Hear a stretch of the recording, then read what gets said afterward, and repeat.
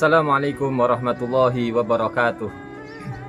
Saudaraku sekalian, ayat berikutnya dari surat Ali Imran yang kemarin kita bahas, ayat yang ke-36, Allah Subhanahu wa taala menginspirasi kita tentang bias gender di dalam pendidikan.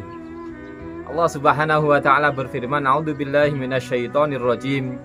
Falamma wada'atha qalat rabbi inni wada'tuha untha wallahu a'lamu bima wada'at wa laysa dzakaru kal untha wa inni sammaituha Maryam wa inni u'idzuha bika wa dhurriyyataha minasyaitonir rajim." Saudaraku seiman yang dirahmati Allah Subhanahu wa taala, ketika Hannah ternyata melahirkan seorang bayi perempuan yang sebelumnya obsesinya luar biasa, kalau bayinya laki-laki maka akan saya pertaruhkan, akan saya serahkan untuk berjuang di jalan Allah Subhanahu wa taala. Tetapi apa boleh dikata, takdir mengatakan yang lain, anaknya lahir seorang perempuan. Maka beliau sampaikan, walaisa dzakaru kal untha. Laki-laki berbeda dengan perempuan. Saudaraku sekalian yang dimuliakan Allah Subhanahu wa taala, jelas laki-laki itu berbeda dengan perempuan. Secara biologisnya, secara kodrat kemasyarakatannya, tanggung jawabnya dan sebagainya. Maka dalam hal pendidikan ini pun harus dibedakan. Ya.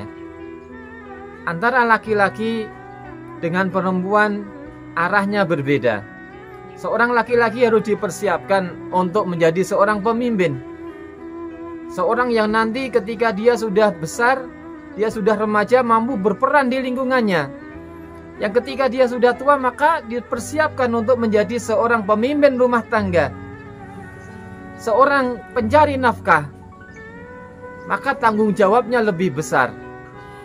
Demikian juga seorang perempuan harus dipersiapkan sedemikian rupa agar mereka siap untuk memimpin di masyarakatnya, menjadi tokoh di lingkungannya, dan juga mereka siap untuk mengatur rumah tangganya, menjadi ibu rumah tangga yang baik, untuk menjadi seorang istri yang baik bagi suaminya.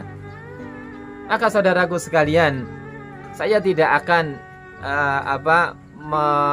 berdebat tentang gender, karena sesungguhnya definisi gender itu lebih pada peran-peran antara laki-laki dan perempuan, bukan melihat dari sisi biologisnya, bukan, tetapi pada peran-perannya.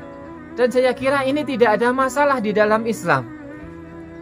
Sejarah Islam menunjukkan betapa peran-peran perempuan itu ada di dalam berbagai macam sisi kehidupan.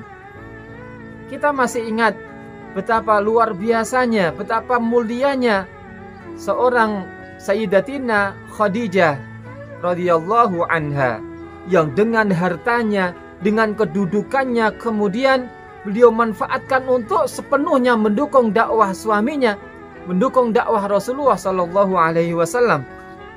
Dan Islam mengapresiasi peran-peran ini. Rasulullah sendiri sering menyebut nama Khadijah padahal beliau sudah meninggal dunia, sebagai bentuk apresiasi, bentuk bahwa Islam itu Islam itu mengakui peran-peran sosial kemasyarakatan wanita. Demikian juga Sayyidatina Aisyah radhiyallahu anha, yang dengan kecerdasannya berhasil merekam banyak ucapan-ucapan Rasulullah, perilaku Rasulullah yang tidak didapati oleh orang lain. Dengan peran beliau sebagai seorang istri, maka beliau menjadi rawi hadis yang banyak riwayat-riwayat hadis yang didapatkan dari beliau, sehingga ilmu pengetahuan berkembang, syariat ini kemudian bisa dinikmati oleh banyak orang. Peran wanita dalam intelektual, dalam pendidikan. Demikian juga bahkan di dalam jihad, kita dapati sejarah Islam mencatat ada beberapa wanita yang ikut berperang di medan jihad. Mereka berperan sebagai tim medis atau sebagai tim yang mengumpulkan anak panah untuk disiapkan, ya, tim sebagai tim logistik dan sebagainya.